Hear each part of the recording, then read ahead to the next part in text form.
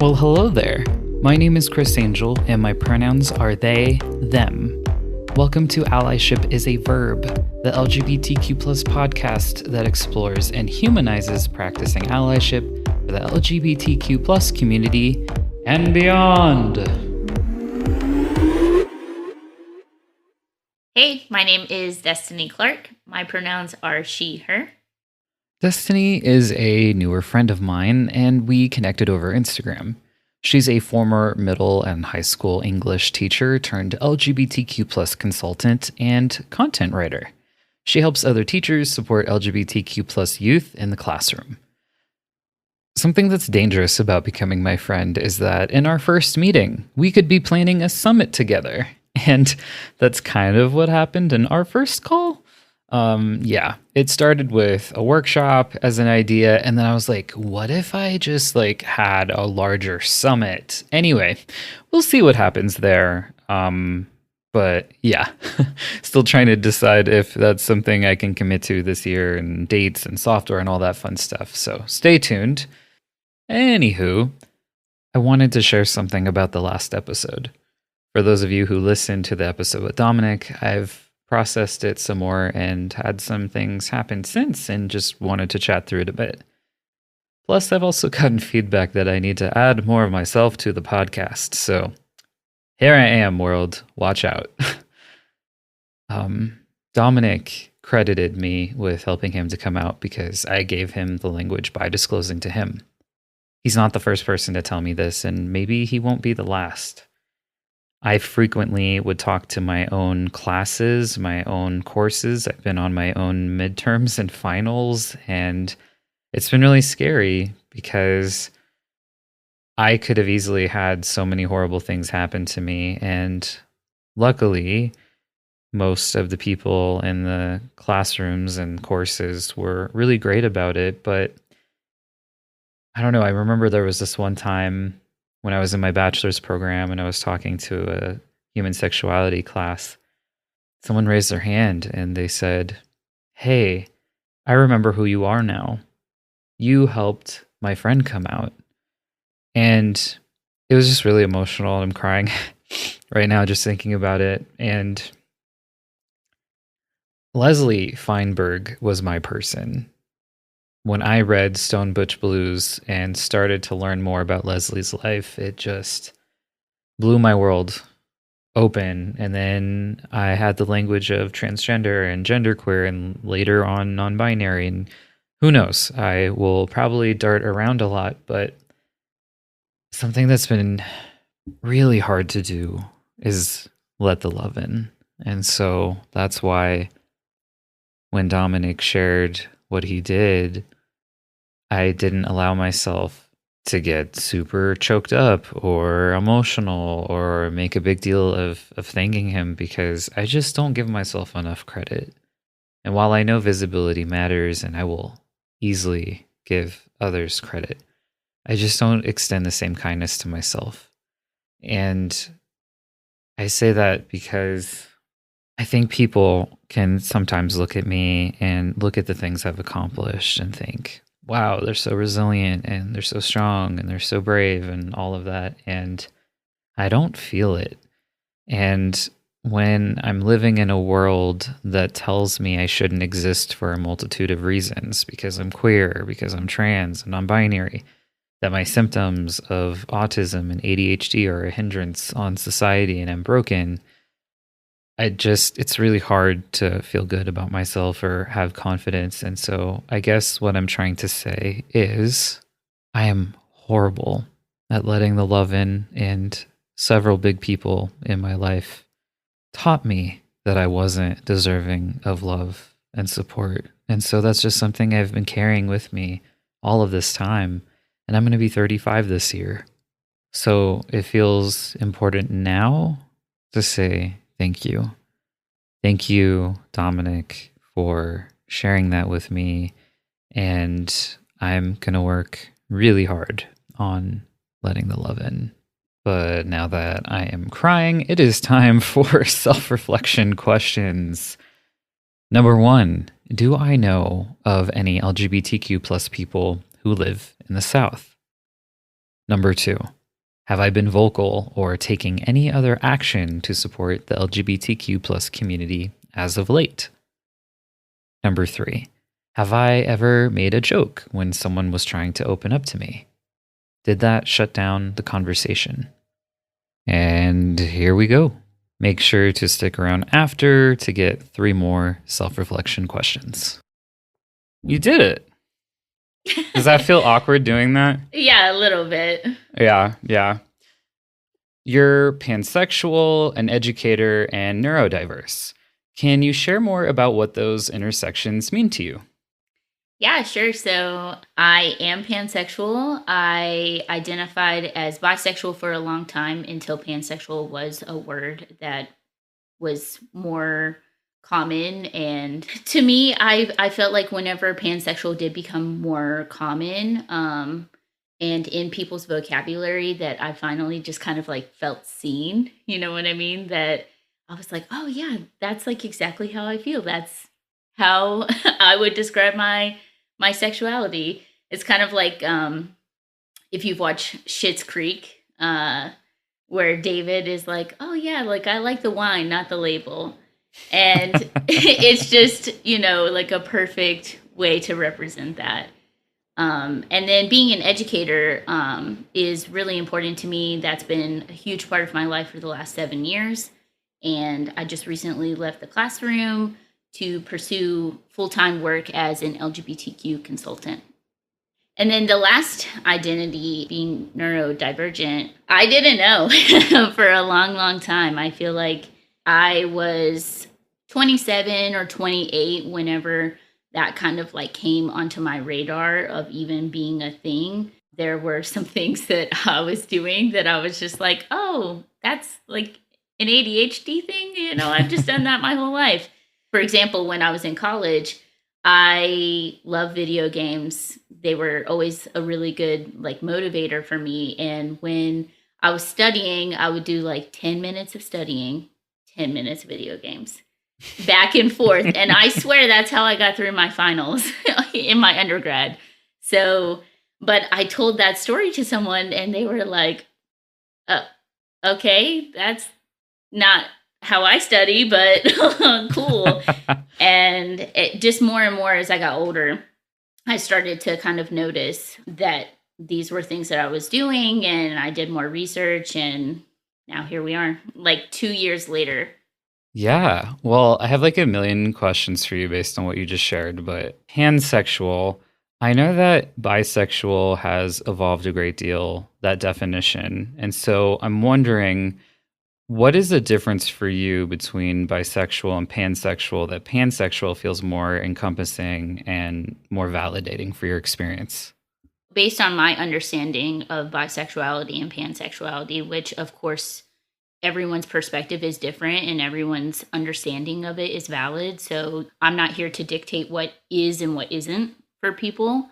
Based on my perspective, that bisexuality is being attracted to two genders or more, and pansexuality is being attracted to someone either romantically, physically, emotionally, regardless of gender. Like gender doesn't really factor into the way that we experience attraction, where bisexuality, gender does kind of play a role in that. And not that that makes one inherently wrong or right, but that's just how I see the difference. Cool. I appreciate you elaborating more on that. And then, I don't know, I guess a comment, not so much a question. When you were talking about studying habits, it made me think of like a meme I saw at some point that like if someone was having a hard time studying, especially if they needed to read a textbook, they'd leave like, I don't know, peanut M&Ms or something like toward the end of one of the pages so that like once they got there, then they could snack a bit and then turn the page and like do that again. And I'm just like, yeah, if that isn't ADHD, I don't know what is, because I'm very motivated by food, and something like that would absolutely help me keep like the dopamine going. I'm wondering like if you've seen anything like that online or done anything like that yourself. So it's funny that you bring that up, that food is like a really big like stimulation for people who have ADHD. Like, that's how you get lots of dopamine. Hmm. And so I have been doing like more research into that and just like thinking more deeply about my relationship with food. So it's just funny that you said that. But yeah, I feel like the ADHD meme game has definitely gotten really big in the last couple of years. And, at the end of the day, I'm here for it. I think that awareness is the first step to, feeling validated within that identity. Yeah, I mean, and recently on the podcast, within like the past couple of episodes or so, I came out as being autistic and ADHD. And I've been thinking a lot about like, now that I know this about myself, what does that mean for the podcast? What does that mean for how I interact with guests and everything? So I also just appreciate you sharing some of what that's been like for you. So thank you. Yeah, of course. Thank you. Based on those intersections, and certainly you're more than those three identities we just talked through, what's it been like for you to be in North Carolina? Um, Where do we start? what a loaded question. Geez. Well, one of my favorite resources is lgbtmap.org, as it gives a broad overview of the United States and U.S. territories, including a state-by-state breakdown of LGBTQ plus specific policies and individual cities when applicable. As a brief overview, there's no non-discrimination laws for things like housing or credit and lending. Specific to LGBTQ youth, there's no non-discrimination laws and policies covering LGBTQ students broadly. There are anti-bullying laws, but state curricular standards are not required to be LGBTQ inclusive. There are no protections for LGBTQ youth in the child welfare system. Thinking about healthcare, there's no protections for private health insurance, and no hate crime laws covering LGBTQ people, or bans against panic defense for both sexual orientation or gender identity. With the exception of South Dakota, overwhelmingly the states that have the fewest protections, no protections, or discriminatory legislation are in the South. This includes states like Oklahoma, Arkansas, Tennessee, and South Carolina. North Carolina is marginally better, but it's still not great to be an LGBTQ plus person in the South. Furthermore, the Williams Institute out of UCLA shared LGBT population data in 2019 that showed 1 in 3 LGBTQ people in the country called the South their home, which is more than we see in the West, Midwest, and Northeast, respectively. That means about 3.6 million LGBTQ adults, including 525,000 transgender adults, are living in the South with little to no protection or, in many cases, also negative policies. I share all of this to help give us some data to ground in as we continue the conversation. So there are some really kind-hearted, good old Christian people in North Carolina. I mean, there really are some wonderful people here. Like in all places, I think that there are some people who have some antiquated ideas. And the vibe, so to speak, is like bless your heart, kind of homophobia. The rise of Christianity and its relationship with the LGBTQ community is like for a whole nother episode and a whole nother day. But there are a lot of churches and a lot of people here who are accepting of the LGBTQ plus community, but there are quite a few people, even outside of Christians, who are not accepting. I do feel like it is more prevalent in the South. Actually, I was looking at some research not too long ago from the Trevor Project, and that there are actually more LGBTQ plus youth in the South than anywhere else. Mm-hmm. And so I think that it makes it even more important to acknowledge some of that homophobia that we see that is prevalent here in the South, and kind of a way to like combat that together as a community. I just encourage people, if they are allies, especially within the Christian community, that they have those conversations. And I have spent a long time being kind of apprehensive about my identity as a result of the homophobia that's seen here. I grew up in a Southern Baptist family. It came with challenges. I didn't come out until much later in my life, especially not to my family. It just kind of was like, if you know, kind of thing. Like many of my friends knew, but not really my family.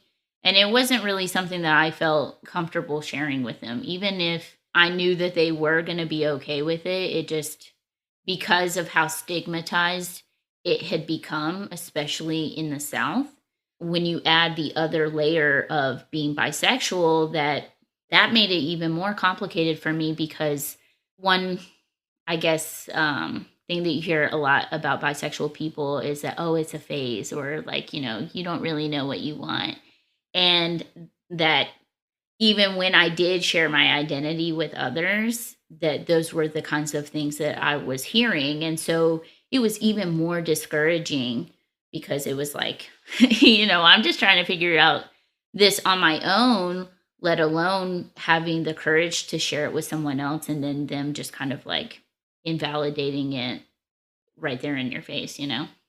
Do you get the same kind of pushback when you share with people that you're pansexual?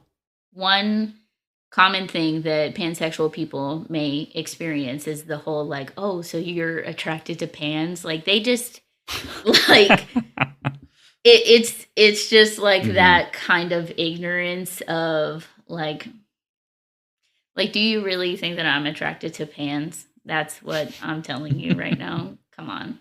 I don't know if that's like a defense mechanism or like kind of where that pushback comes from, but I definitely feel like there is some pushback with the identity of pansexual that like, some people argue the validity and, there's a lot of like um turmoil even amongst the community of, oh, if you're bisexual that like you're transphobic or like, it kind of like pitting us against each other when like, I don't think that we should be arguing about the validity of anybody's identity. It's up to them. Yeah, I I feel like to go back to your question that yeah, I definitely experience that kind of stuff in telling people that I'm pansexual as well. Yeah, I think and tell me if I'm off base here, but I think more often than not, when folks are disclosing something that's really important, especially like an identity they carry, especially if it's from a marginalized community, we don't necessarily want to have like a dad joke moment or make light of a situation. Not that it needs to be this dark, dramatic after school special situation either. Like, rather, like we can show support. Yeah, we don't need to immediately turn it into a joke or something like that. I guess rather than that approach of like, I'm going to dad joke you right now. And like you said, it's just so overdone, so overdone. What would be something instead that would be supportive to you specifically? Like, what do you wish people would say instead after you disclose that to them? Either inquiry or like approval, validity, like, validation. I think that there's nothing wrong with asking questions. I think that people's intentions behind their inquiry is really important. Inquiry is fine. People should be curious. People should ask questions, to things that they don't know. Oh, I'm pansexual. What's that? Oh, thanks for asking. Actually, and then it becomes a teachable moment. And that's what I'm all about. I'm an educator. So, but then validity or validation, like, oh, thank you for sharing.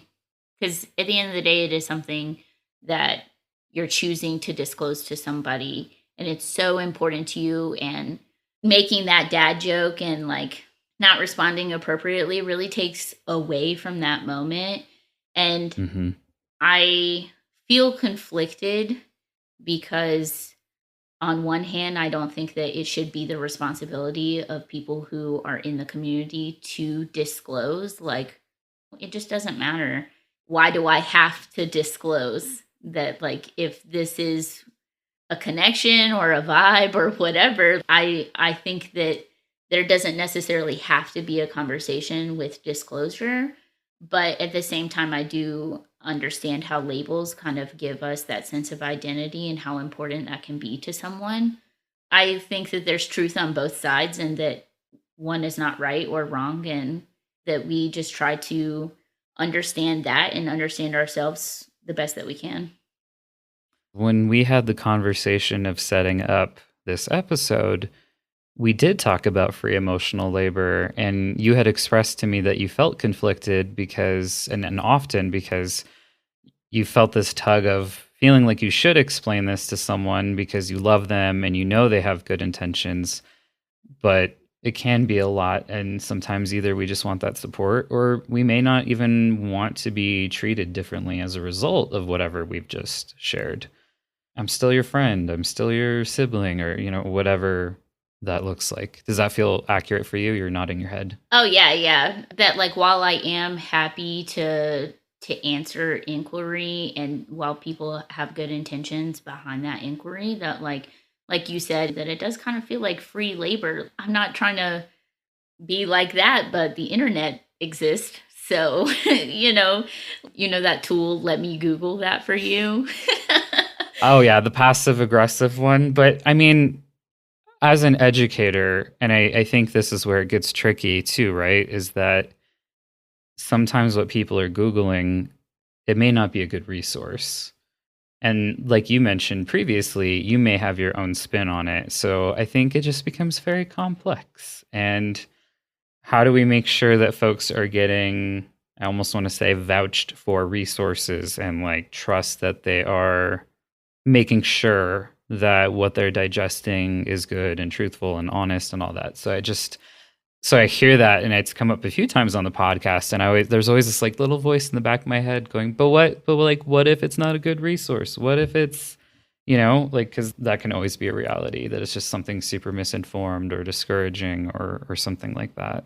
Well, I would say in general, and this is a huge overgeneralization, but if in general, if it comes from someone that is actually in the community or has openly disclosed some of their identities to you, then I would say that it's just good practice to trust them.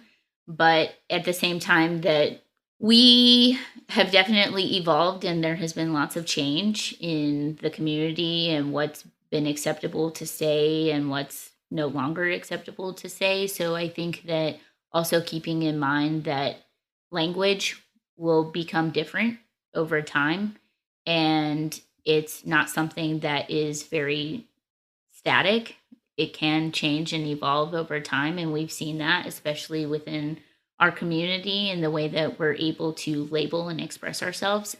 But it is still important to do the research. Some people may feel overwhelmed, like they kind of have the sentiment of, well, there's just so much out there. I don't want to say something wrong. So then they do nothing instead. Mm-hmm. And so I want to encourage people to do the research and to find out what those reliable sources are, but then also kind of keep in mind that things will evolve and they will change, and as they should. Yeah. What's broadly been your experience as an LGBTQ plus educator in North Carolina? And that's another big question for you.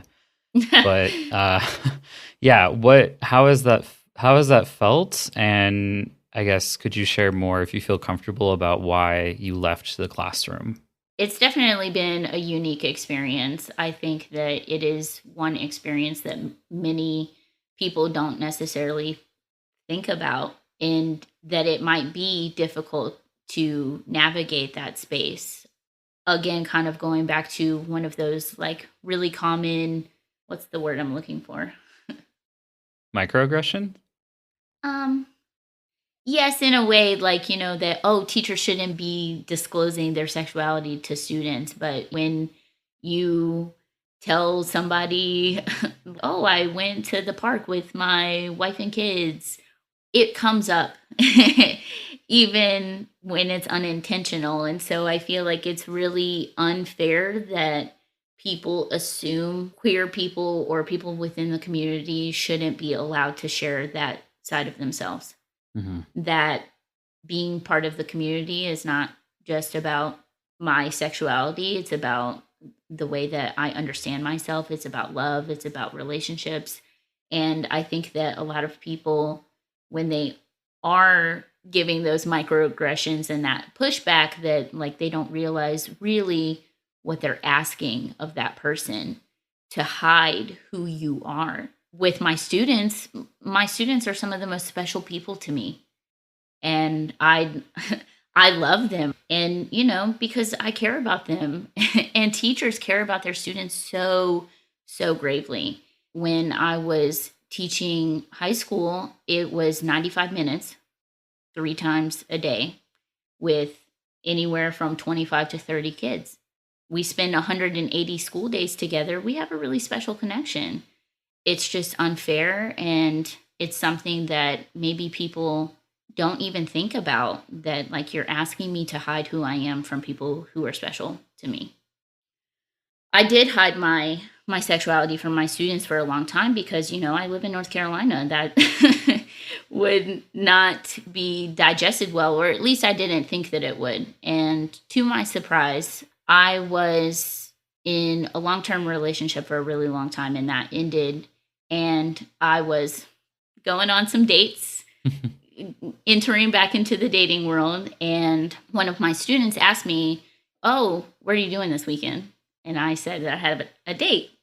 And they asked me, "Oh, who's the guy? What's he look like?" Mm. And I said, "Well, actually, it's a girl." And they were like, "Oh, okay." So, their reaction was just, it was so sweet. And I was so thankful that that's what happened in the moment, when it could have gone way differently, especially based on some of my previous experiences here in North Carolina. And I was really, really thankful that I was able to share that with my students, and just feel really grateful for that experience. And it reminds me, when you were talking about bless your heart homophobia, can you share more about what that can look like and how it's impacted you? That is like someone, I remember I was in 8th grade, and I was walking in a grocery store holding a person's hand, and just the looks in the store, like the nasty looks, the bless their heart. I guess that really just looks like judgment. Mhm. At the end of the day, it's just judgment about someone else's life. And one common thing of, "Oh, I don't agree with your lifestyle." Mm. And that, like, this is not a lifestyle. It's not a choice. It is. And the unfortunate part is that people close themselves off from learning more, and they close themselves off from getting to know people in their true selves. And it comes from a place of ignorance. And I think that that's part of what really motivates me to do what I do. LGBTQ plus inclusive education, and teaching LGBTQ history, and just sharing with others, like, so much that our community has to offer that just has been kept from us. I taught English for 7 years. Obviously, stories are very important to me, and the way that LGBTQ plus stories have really been hidden from society it's astonishing. And it's really sad, because now that, like, this is what I'm doing full time, I'm learning so much about people that I had no idea were LGBTQ plus. I feel like if I would have known that whenever I was younger, kind of going back to your question of the bless your heart homophobia, that, like, all of that judgment, I internalized it. It became shame. Mm. I just was so ashamed of myself, of who I was, like, because it was like I couldn't even accept myself because of how not accepted I was within my community, within my family. I couldn't share that part of my identity with others. And it really became very internalized. And I felt a lot of shame for a long time. I feel so deeply for our LGBTQ youth, and especially our trans youth, and how ignorance continues to harm our community. It's very, very sad. We'll be right back after this break. Contrary to popular belief, people are not just gay and trans for Pride Month. However, if you are looking for a presentation for your company or organization to celebrate and honor Pride Month, I hope you'll consider hiring me. My most popular offerings are Gender versus Sexuality, Transgender Basics, Pronouns 101, and Allyship. Surprise, surprise. However, I also create new offerings depending on what your place of work may need. For example, supporting LGBTQ plus youth. I've worked with school districts, therapists in training, tech companies, and beyond. You can book some time with me at chrisangelmurphy.com so we can chat about what you're looking for. However, due to the popularity of Pride Month, do reach out sooner than later to have the best chance of securing a preferred date.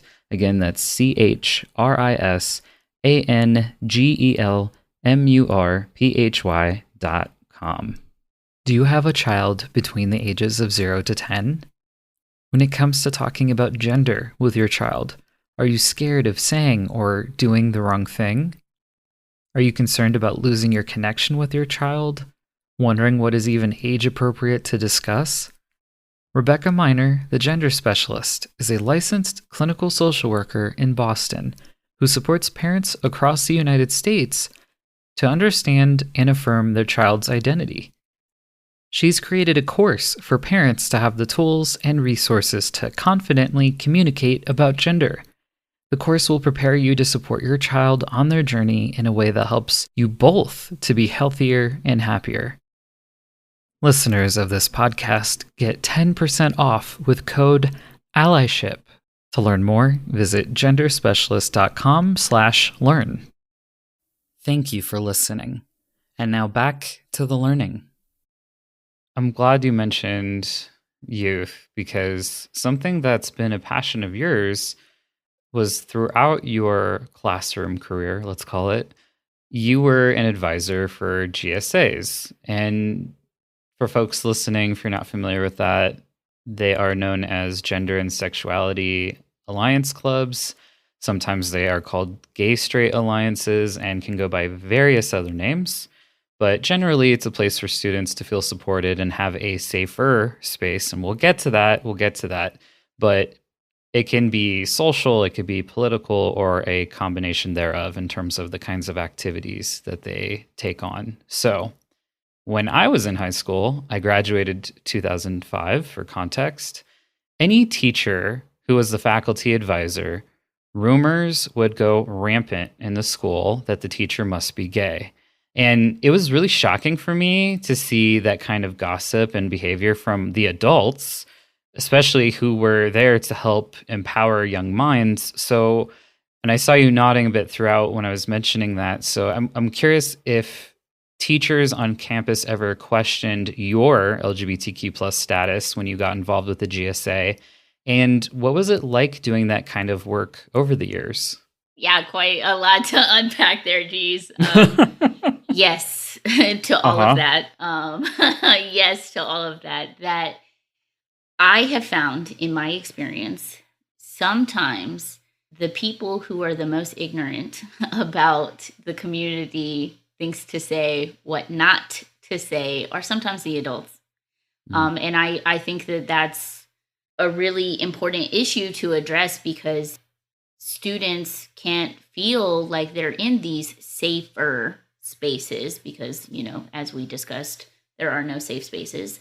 But they can't feel affirmed. They can't feel validated if they have, ideally, the people they look up to, their adults are spewing these ignorant comments. And I really haven't talked about it publicly that much, but homophobia was part of why I left the classroom.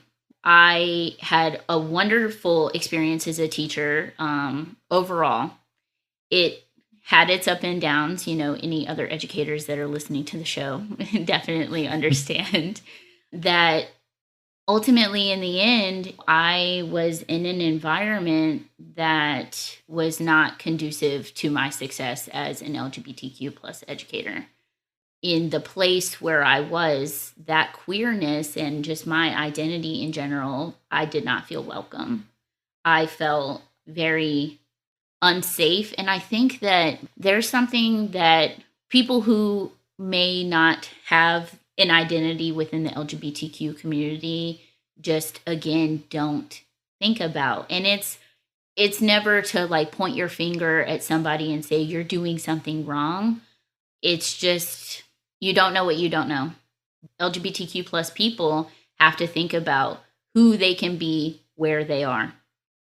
When I was teaching most recently, there were some really inappropriate comments being made. I was like, okay, well, what am I supposed to do? I don't know these people. They don't know me. I don't feel safe in this environment. I can't let them in because I don't know what will happen to me. And it's really sad because, when people who are in the LGBTQ plus community have to think about that if I tell someone what my identity is, that this could become potentially dangerous for me. Mm-hmm. I mean, ultimately it did. It became dangerous for me and my mental health.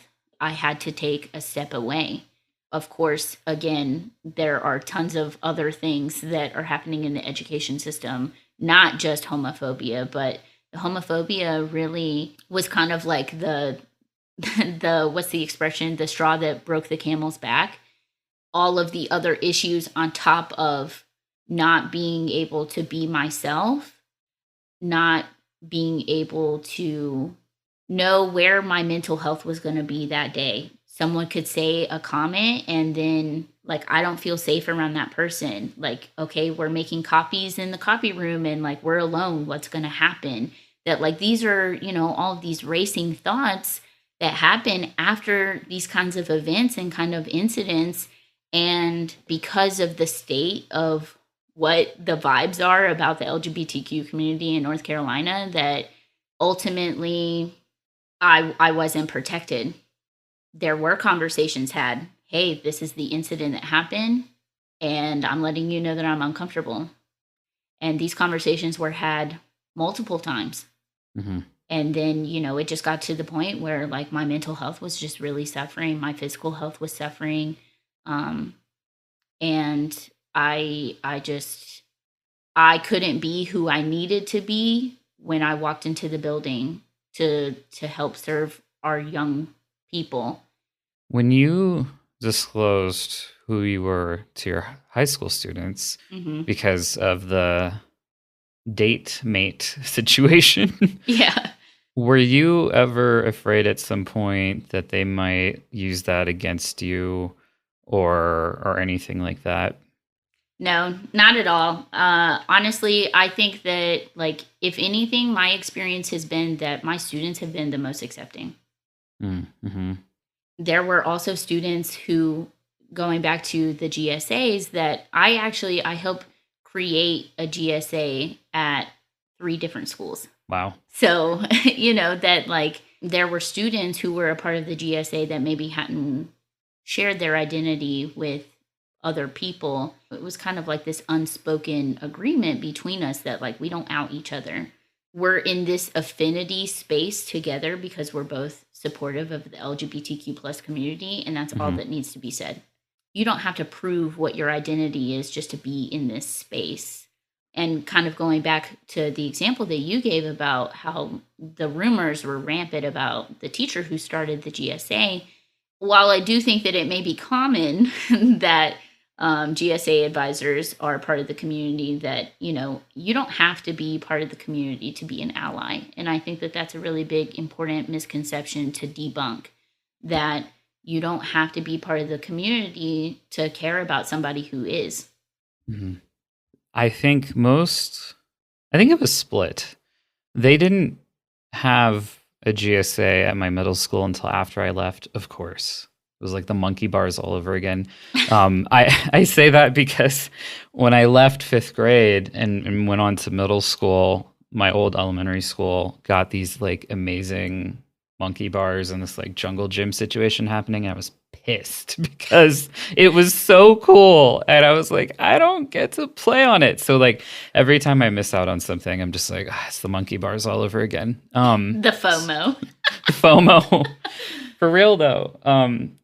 Now that I've distracted myself with that side story, half of the faculty advisors that I've worked with are part of the affinity group and half are allies. And I think the allies were pretty good sports about any rumors that would develop and pretty comfortable and confident enough in their sexuality and their genders to not really be fazed by it. Mm-hmm. And yet again, it's just like really like I would kind of expect it from the students on a certain level at that time, but not the adults. So it's disappointing. And this is in Los Angeles, California, just to also give context. That's where Oh I used to wow. live. Yeah, there's that. Well, I think that's I'm glad that you brought that up because I think that there is also we're just debunking all the misconceptions here, but I think that there's also a misconception that homophobes only exist in the South. Hmm. That or people who are not accepting because I don't think that people who are not accepting exist everywhere and that actually so in my experience as an educator that when I taught in a school that was in a more rural area, it's still like a city school but a much smaller city. I never had any issues there, but when I was teaching in a much larger city, that is where I experienced some of the homophobia at school from other educators and from other staff members. And so I think that there is like that misconception that people who are not accepting are only in the South. And, you just gave the example of LA. And I think that California is seen as one of the more accepting areas Hmm. for the LGBTQ plus community. Hmm. Yeah, and it's definitely got its pockets of zero support and negative support. So Yes. when you talked about launching the GSAs at 3 schools, was it? Hmm. Given all of your experiences that you've shared throughout the podcast episodes so far with how you've been experiencing North Carolina, was there a lot of pushback? And what did that look like? Well, so the first school where I created the GSA, actually, there wasn't any pushback at all, It's amazing. and in that was in the more rural area. So I was very surprised, but What? very happy. Yeah, and actually, one of the schools in the district already had a very strong going GSA. So I was able to reach out to that advisor for like networking and kind of like plan events and get in touch with them. And so it was really great. I feel like my first experience, I was very lucky when I created the GSA that my administrators were very accepting. I told them that, it was a student interest and that I just wanted to sponsor it. And they were like, oh, yeah, cool. Okay, well, there's a GSA at this other school, so you can get in touch with them. And I was very pleasantly surprised. At the second school that I did it at, it was again like it was in a larger city, but a city that is much more accepting, which I mean, I guess I can say the city, right? If you want. Okay, shout out to Durham, the Bull City. But yeah, Durham is a wonderful place for LGBTQ plus people. They actually have an LGBTQ plus education center there in Durham where they help serve youth and the trans community and people just all around. It's a really great organization. But so the second time that I did it, it was also pretty cool and like pretty accepting. But I did experience some pushback at that school, even though it's a more accepting area. My administrators were very supportive of it. But then I did have some apprehensions from parents. One parent told me that I made their kid gay Oh my by gosh. offering this space for them. And I, as an educator, I understand that for some parents, it may be very difficult to understand some things about your child that you are not well versed in, to Mhm. put it diplomatically. But the truth is that, I didn't make your kid gay. Like, they wanted somewhere to be themselves, and I provided that space for them. And, I told my principal, I was like, hey, look, this is what kind of response I'm getting. And my principal was just like, well, handle it. Like they trusted me to make the right decision. And, I just let that parent know that, hey, we're just providing this space and that, I encourage you to talk to your child. and that like this is when the GSA meets. These are the topics that we go over. Here are some of the videos that we watch. If you're interested in more of the curriculum, we get it from the GSA network, other resources like Gleason. These are organizations that have been around for a really long time that we're using to help provide an affinity space for our students. And after that, I didn't hear anything else. I guess I answered all their questions. So then the third time that I tried to make a GSA, it was very difficult. And I'm sure you can guess which time of my career that was. But again, going back to just debunking all these myths, I think that some parents feel very apprehensive about their child expressing themselves in being interested in some of the identities within the LGBTQ plus community. Students are gaining access to the internet sooner and sooner. Mm-hmm. Students need a place to digest the things. They just need somebody that they can trust and somebody that they can talk to about, their identity, who they are, who they aspire to be. Educators serve as that person, that people trust their teachers. They develop really great relationships, and kids need that space. So I think that it's super important that we have those spaces, especially in younger grades, that some parents can feel incredibly apprehensive about like having an affinity space in elementary school, for example, or a middle school. Both of us are friends with Rebecca. Rebecca Minor.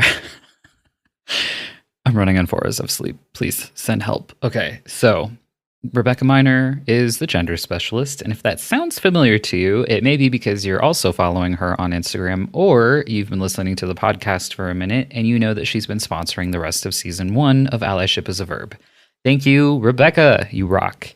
Anyway, she's really awesome, has a lot of great resources for parents and families of LGBTQ plus youth, as well as just humans interested in learning more about gender broadly. So make sure you follow her on Instagram if you're not already.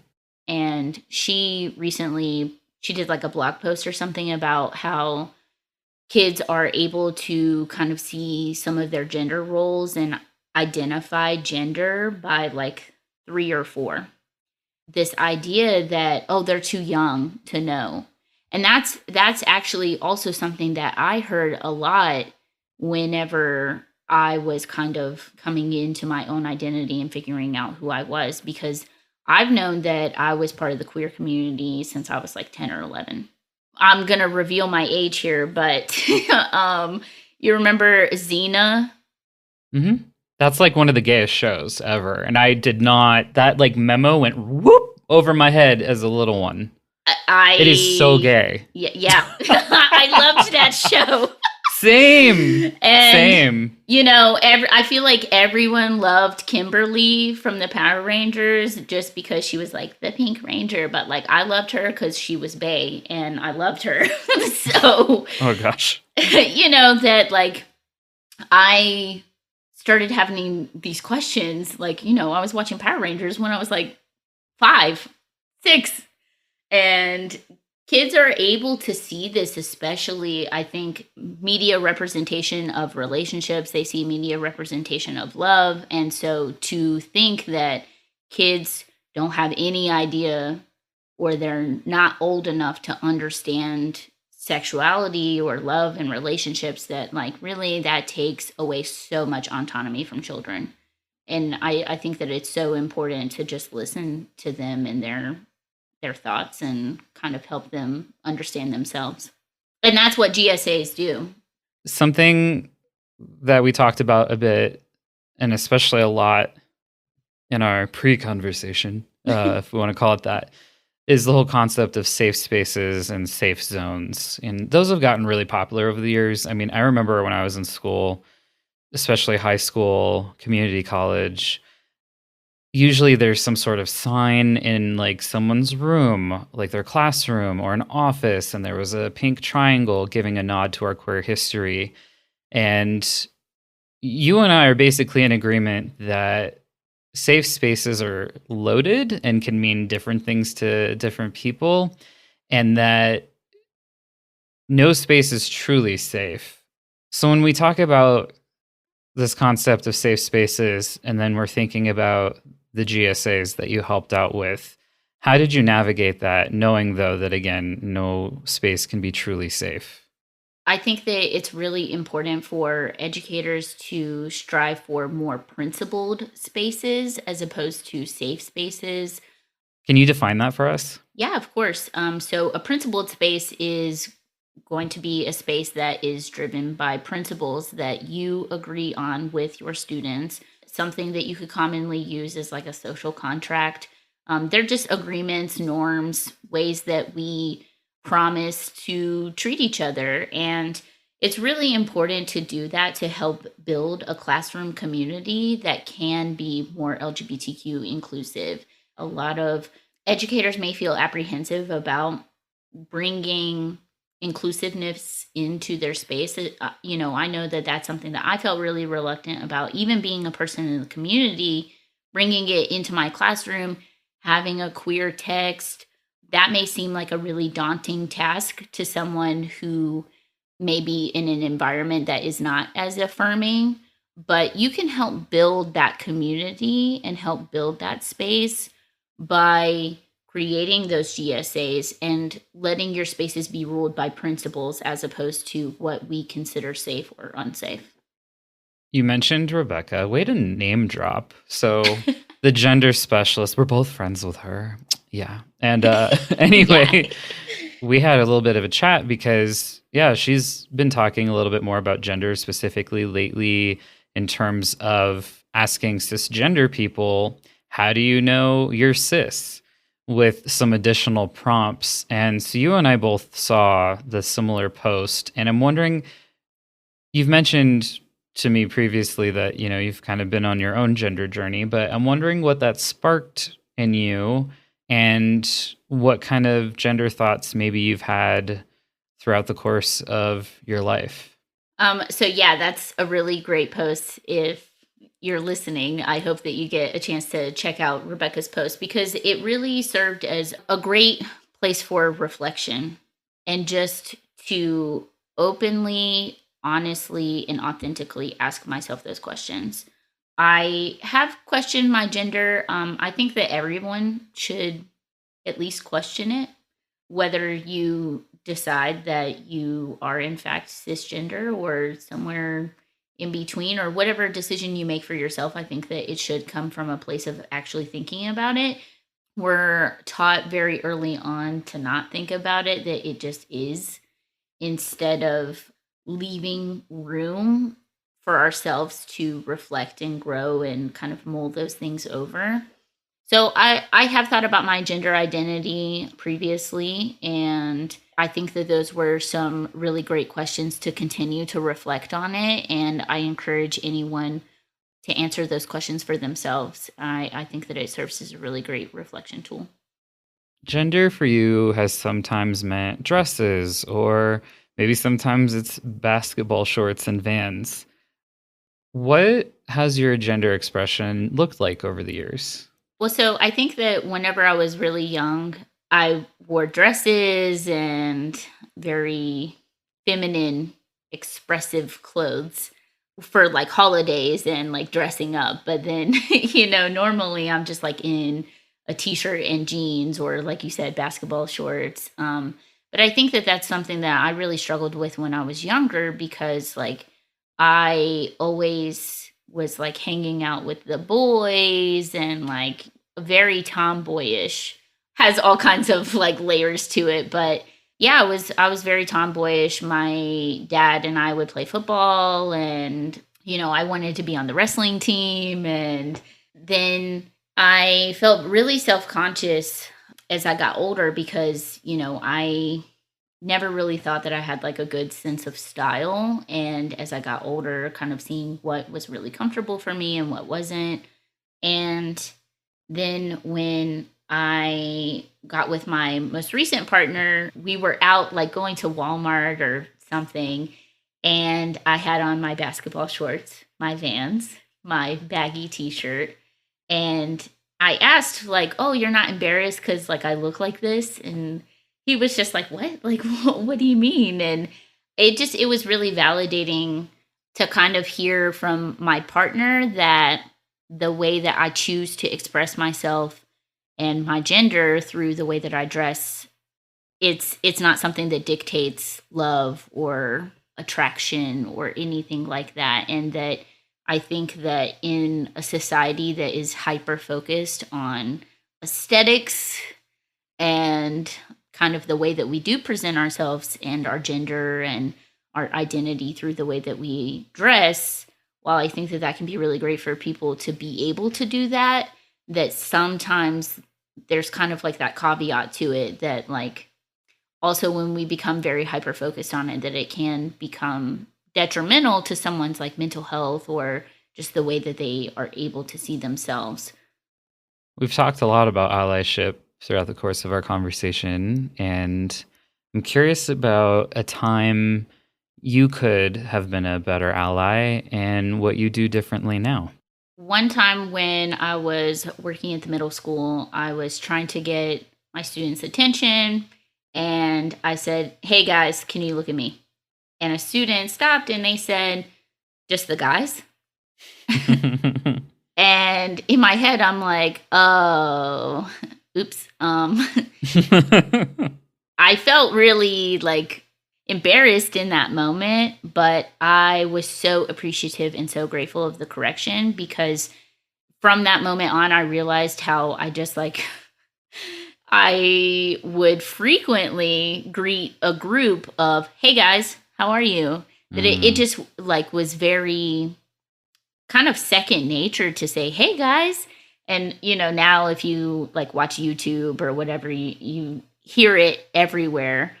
I, in that moment, learned how I could be a better ally for my students and give more visibility to my trans and gender nonconforming students. Now I have changed my greetings a little bit. You know, I fully embrace the y'all of the South. Mm-hmm. What's one allyship tip you'd like for everyone listening to consider? Action is the most important. That I think that action in our current society and state looks very different for people. That you may not be able to go to a protest, but you can sign a petition. You may not be able to teach LGBTQ plus history, but you can correct your bigoted uncle at the next family holiday. It is about the action. The steps that we take in our actions really dictate who we are as people. I can't emphasize enough that action is so important because, you know, people have this sentiment that, "Oh, I'm just a good person. I treat everyone well." And that's great. And I'm so happy for you. Thank you for being a good person. But that's not what kind of energy is being given from the other side. And we see that. I was looking at the numbers and it's like 330 anti-LGBTQ plus bills have been moved in motion. And is being a nice person the same kind of energy as 330 bills? It's not. And in order to get things done, that we have to come together. It's not ever pointing your finger at somebody and saying that, "Oh, you're doing something wrong," or "You're not doing enough." It's that, you know, I need all of us to come together as a community and to really move towards true allyship and go into action and so that we can see changes. I love what Destiny shared about saying, "Hey guys." Being originally from Los Angeles, California, dude was thrown around all of the time. And as a gentle reminder, it's not gender neutral.